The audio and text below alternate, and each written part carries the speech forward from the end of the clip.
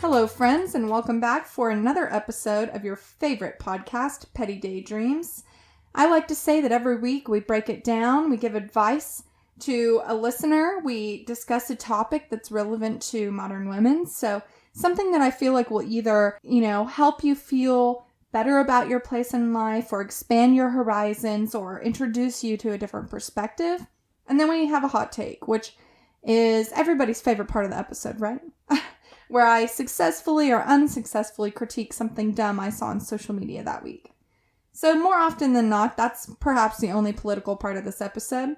But don't worry, if you feel judged, maybe that's for a good reason. Anyway, so I want to talk about this topic for this week's episode. So we're going to be talking about self-care beyond the hype. Basically that means, people want to talk about self-care like, oh, I bought a Starbucks latte. Or, ooh, I got a face mask and I'm wearing it. I think for people like me and many other women, you've got to move beyond that understanding of self-care and really get into the nitty-gritty. So we're going to get into that, maybe setting some personal boundaries, other ways to practice self-care than the stereotypical. And we're also going to give advice like we usually do. So I hope you guys will get a lot out of this episode and maybe reconsider your conceptualization of self-care.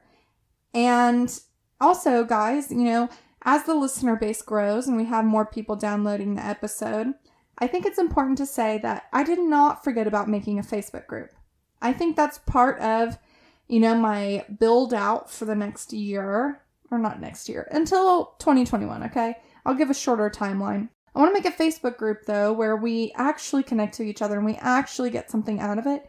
A lot of Facebook groups that I'm in aren't necessarily very proactive, meaning it's a lot of just like missed connections, people commenting, wanting to connect with other people, and that not necessarily happening, or maybe they're overactive and you don't really have time for it.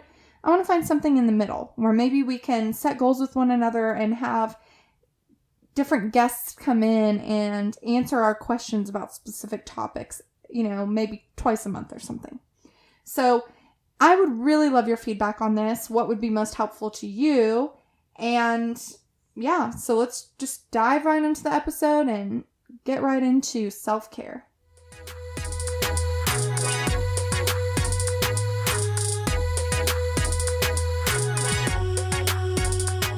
Now we're back for the main portion of this podcast where we discuss a topic that I feel like is relevant to modern women.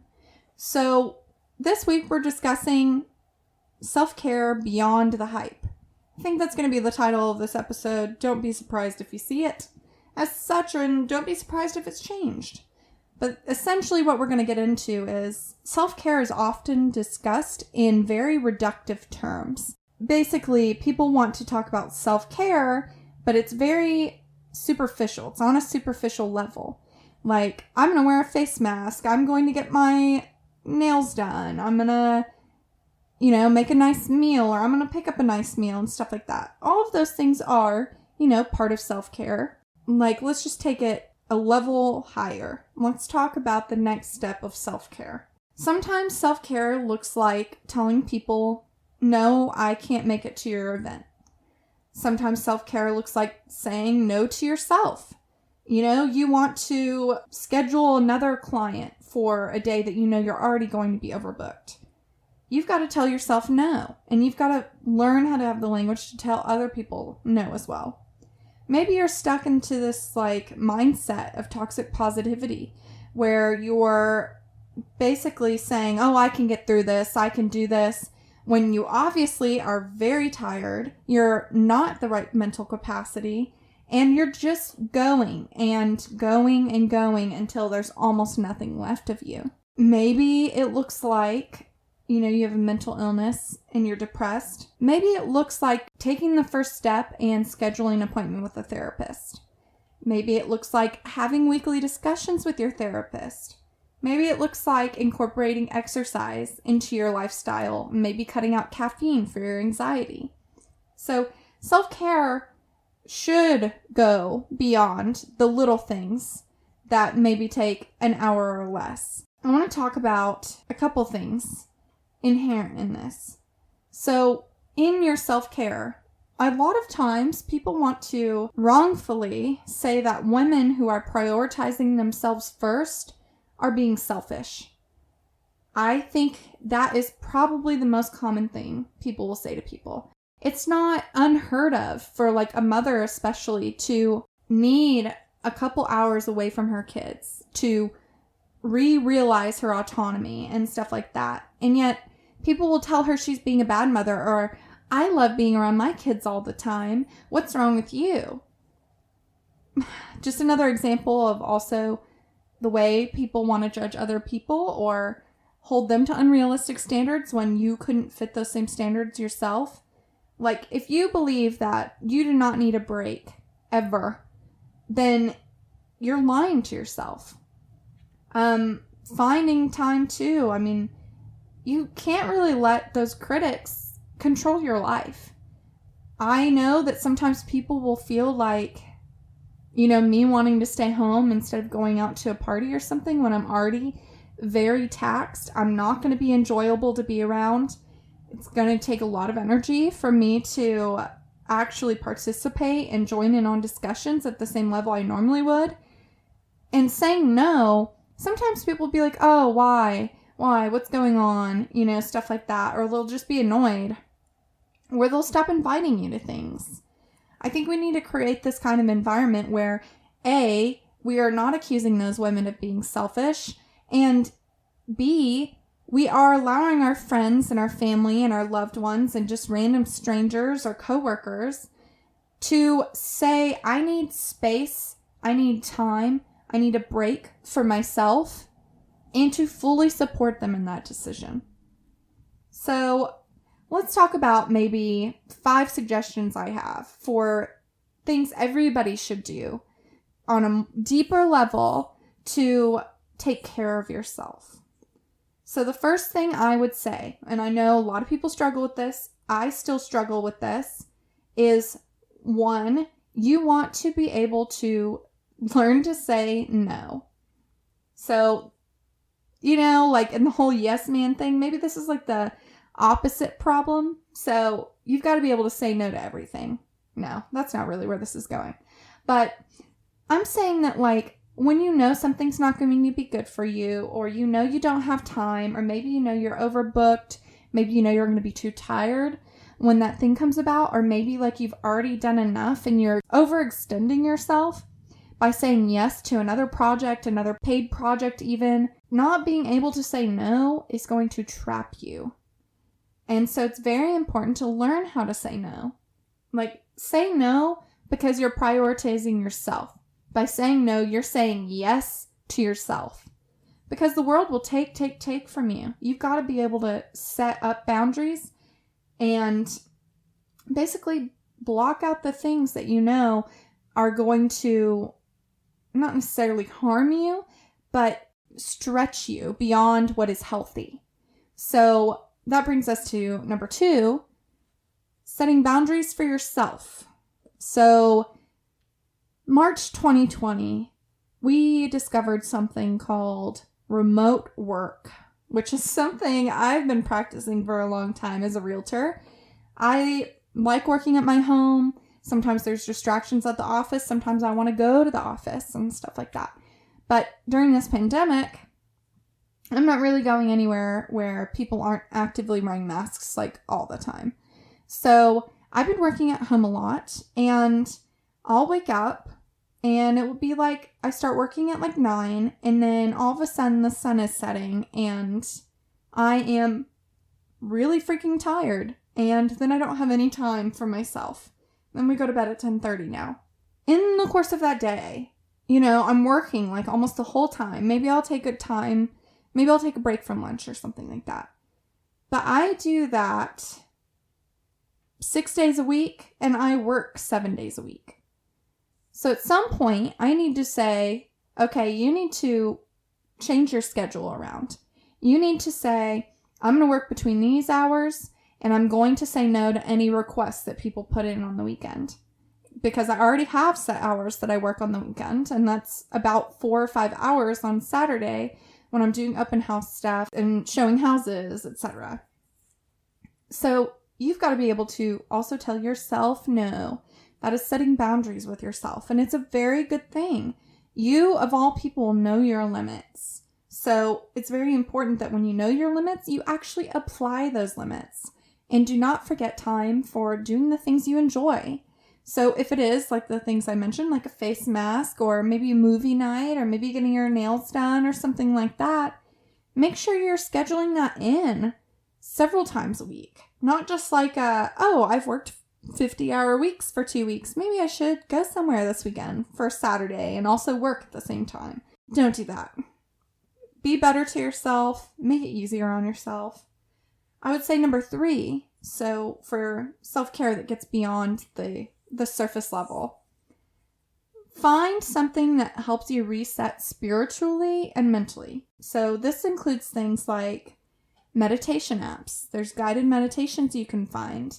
Maybe listening to a podcast, taking a day trip to somewhere you really enjoy, and turning off your phone. I feel like phones are just like, for what I do and for my work, it's just like so funny that I say this, but I feel like phones are destroying us. And I get so freaking sick of looking at my phone sometimes. Like, other people using them enrages me when I'm not on my phone. And I'm glued to my phone for work, primarily, and promoting all my projects and stuff like that. So it's just important to unplug somehow. Do the guided meditation. Add prayer to your daily life. Whatever makes you feel tied to the bigger, collective consciousness, you've got to be doing that. You cannot skip this, guys. Even if you're agnostic or you're atheist or non-religious, it's so important to have some kind of connection with the kind of cosmic energy that unites all of us. So find that however you may, but it's important to have something like this. So number 4, I would say self-care. Everybody needs to be doing some form of exercise.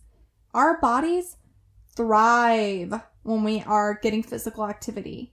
It helps your brain to relax. It releases positive chemicals in your brain.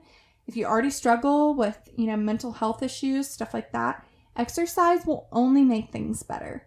And it sucks sometimes. I'm not going to lie to you and say I'm one of those people that is like, oh yeah, I fucking love this. I want to exercise all the time. Sign me up for everything.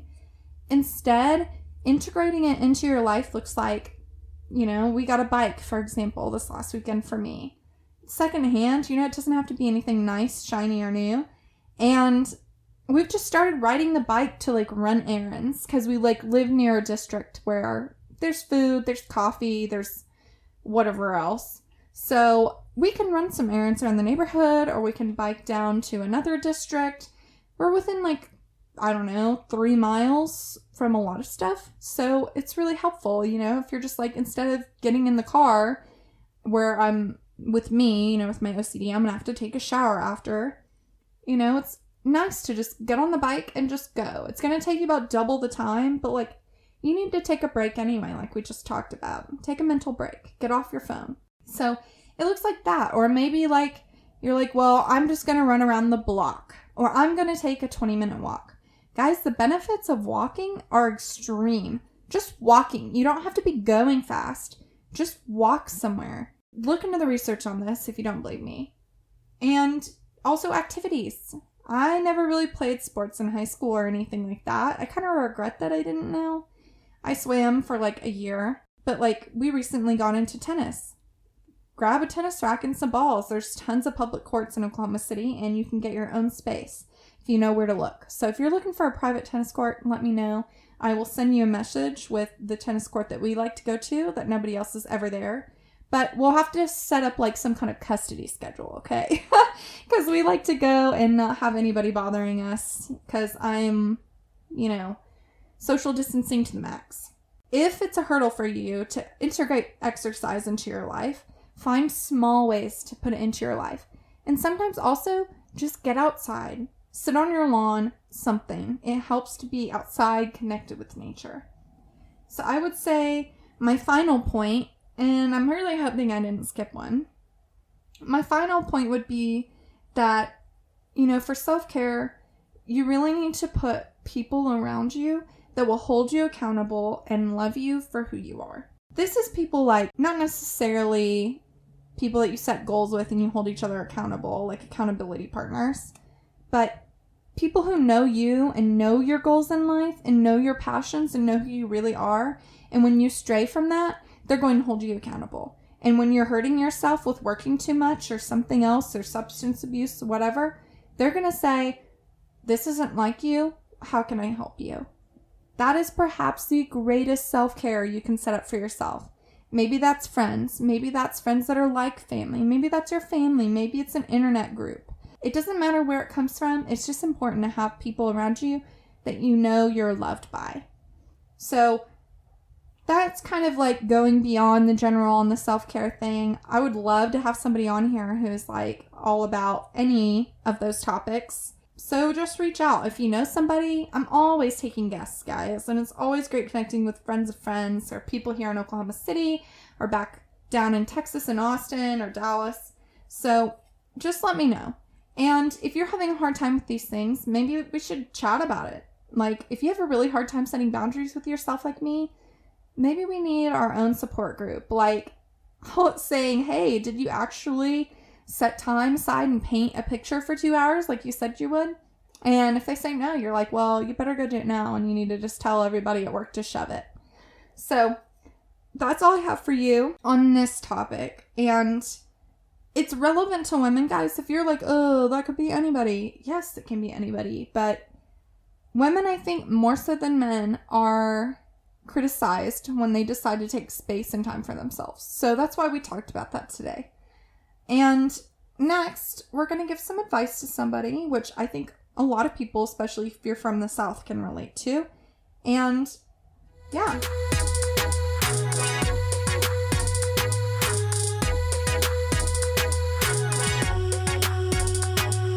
All right, we're going to give some awesome advice to somebody today. Hopefully awesome. I'd like to say I am not a psychiatrist. I am not a certified therapist. I'm just a little old me, Bobbie. And I'm going to give you advice as if you're my best friend sitting right across the table from me. And from the feedback from you guys, you all seem to enjoy that I take on this conversational approach and I treat you all like friends because you are. Anywho, let's just go right into giving advice to our listener today. So let me pull this up. They wrote in, I'm not very religious, but my family is. I find myself with partners who do not have the same background as I do. I worried this may cause future problems with our families, but in reality, it hasn't been getting that far with any of them. How should I balance this? I don't want to cut myself to only dating one religious group by any means, especially because I'm not involved in church, and being a part of a religious group hasn't proven that someone is a good person. So, welcome to the South, or welcome to really anywhere. More likely in the South, you're going to find a more homogenous group of people. I would say most people would say that they're Christians, and they may break that down into Baptist, Pentecostal, Lutheran, Pescatarian, Episcopalian, something like that. But the thing is, it sounds like you said that you've been dating people that come from a different religious background as you, and you're worried about that causing future, problems with your families, but it hasn't been getting that far. So you're like, I guess, asking for some dating advice too, like, how do I find somebody who's going to be compatible with my belief system? So if they have wildly different background than you, it seems like everybody I date is less religious than me. I would say that they're spiritual to some degree, but definitely not on the same plane as me with like praying and, my beliefs that I have. I think it's one of those things that, in a modern world, you have to decide how important is it that your partner believes exactly what you do. And, a lot of data and stuff suggests that you have to have a similar value set to your partner for the relationship to be successful. And that can mean all values, religion being one of them or faith being one of them. I would say other values that are equally as important. Are they a kind person? Are they nice? Are they generous? A lot of people say that generosity in a person that they're dating is very attractive. So that would fall into the values category. So it's like one of those things, what values are most important to you? And then is the reason that those relationships didn't get that far, is that because of the religion or is that because of something else? So if you think it was the religion, then maybe yes, you go down this route where you try to find people through maybe religious activities that you share. Or, like you were talking about a group or something like that. But it's not necessarily true that the people involved in those groups are going to be good people. So you could either find activities surrounding a church or revolving around your faith and try and find a mate that way. Or you could decide how much is religion a deal breaker for you. And then you would go off of, that other value set we just discussed. So are they kind? Are they funny? Are they generous? Are they big volunteers? Those kinds of things that matter to you. Because being religious doesn't necessarily make somebody a good person or a better person. And being non-religious doesn't necessarily make somebody a bad person. So you've just kind of got to weigh your options, I guess I would say. And decide what is important to you, because at the end of the day, it's what's important to you. Now, if this background kind of comes into flux when you guys are, you're getting more serious with somebody, then I would say always develop your communication strategy. Can you argue well? Can you argue without hurting each other? Can you disagree about things and still hold that person up in your mind's eye and really respect them? Because if you can, then the religious thing should not be as big of an influence. But then, you go down the road. What about kids? What are you going to teach them? Discuss all of these things and more when you get, maybe a month or two into dating with somebody. If some people think that's too early, then I would say it's 2020. Rona's around the corner. We ain't got time for bullshit.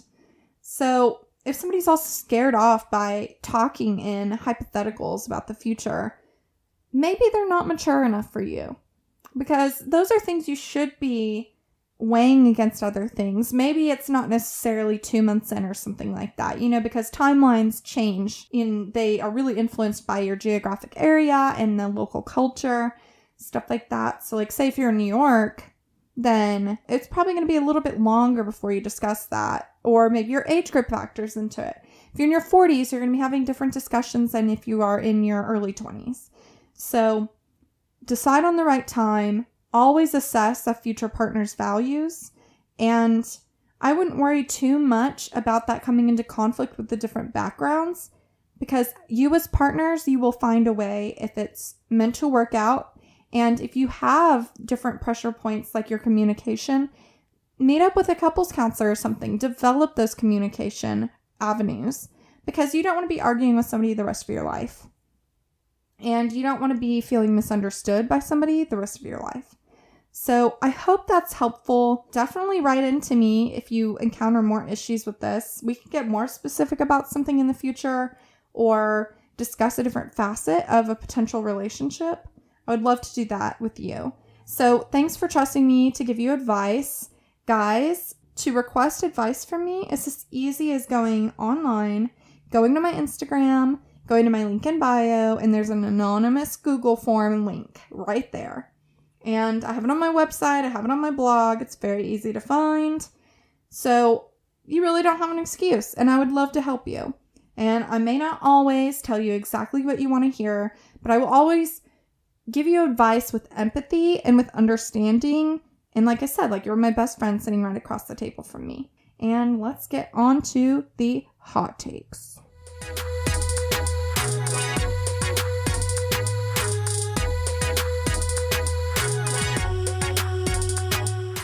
Boy, oh boy, Chef Boyardee, good Lord, there were a lot of hot takes this week. I will just start with a couple, okay? So I will save one of these. I have 3. Like, I was screenshotting and saving stuff and favoriting in my phone like crazy. It's just, people are popping off this week. Something must be going on in the stars. Maybe there's higher percentage of certain noxious gases in the environment. Wouldn't be surprised. Global warming is real. So let's just start with this one regarding one of my favorite comedians, Nicole Byer. So you guys, if you follow her, you may have seen this on her story this week. But basically, somebody DM'd her, and it was her birthday. And she said, or they said, "I hope this isn't rude, but I had a hard time recognizing you out of, in quotes, show makeup, because they always paint you so light. I love your natural complexion and just wonder why they always do you so light. My husband is black and I asked him, to which he said, 'Oh, babe, she works in white media. I love you. Happy birthday. You're gorgeous.'" So Nicole had that side by side with a picture of her being like a what the fuck face. And she said, "Also, I think Emmy voting is ending. Give me an Emmy for reading a DM like this," which, okay, you deserve it because that is dumb.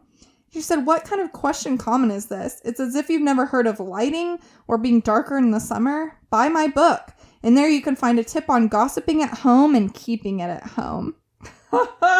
So that was an amazing, what do you call this? Clapback. And then she said that picture where she was thinking like a what the fuck face. She said, "I think my arms match my shoulders that match my chin, that match my chin, that matches my face." So, y'all, keep your stupid comments to yourself. Celebrities, you know, she's a comedian, but she's gained celebrity. You know, everybody starts from the same point, and we were all babies at one point. We all get our feelings hurt. None of us are robots that I know of yet. So keep your stupid shit and your stupid comments to yourself. And I just love this. Let me repeat what she said. "Buy my book, and there you can find a tip on gossiping at home and keeping it at home." Yes, I am living for this.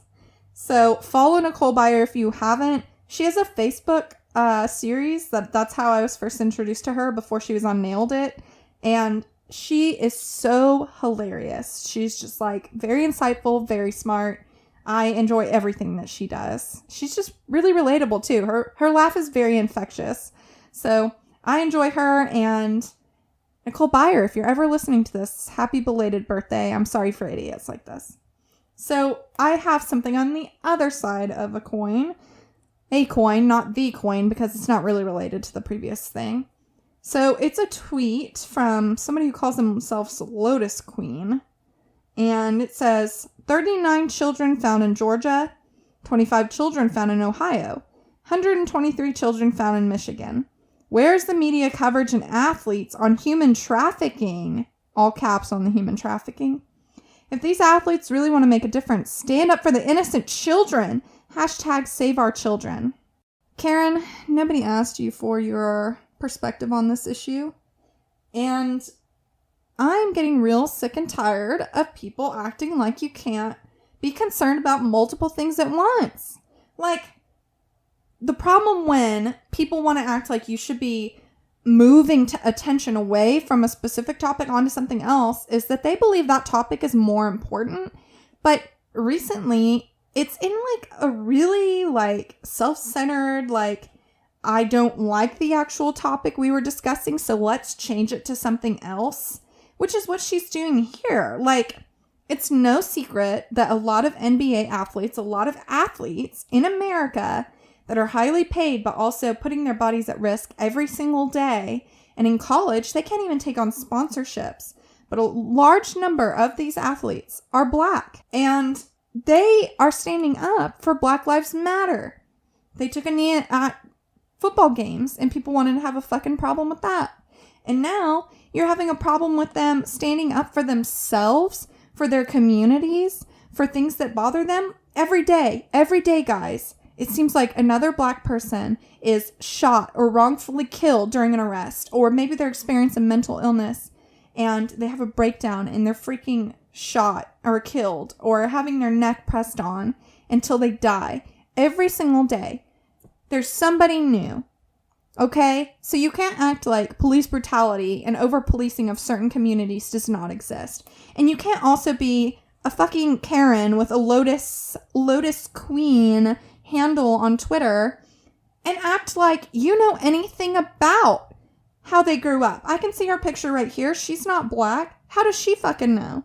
And how does she not have the empathy and sympathy and compassion to understand why they are standing up and why they are protesting playing now? Is she dense? I mean, she must be. And, you know, human trafficking is an issue. But why did everybody just start fucking caring about it this year? And why are they only caring about it because we're also talking about Black Lives Matter?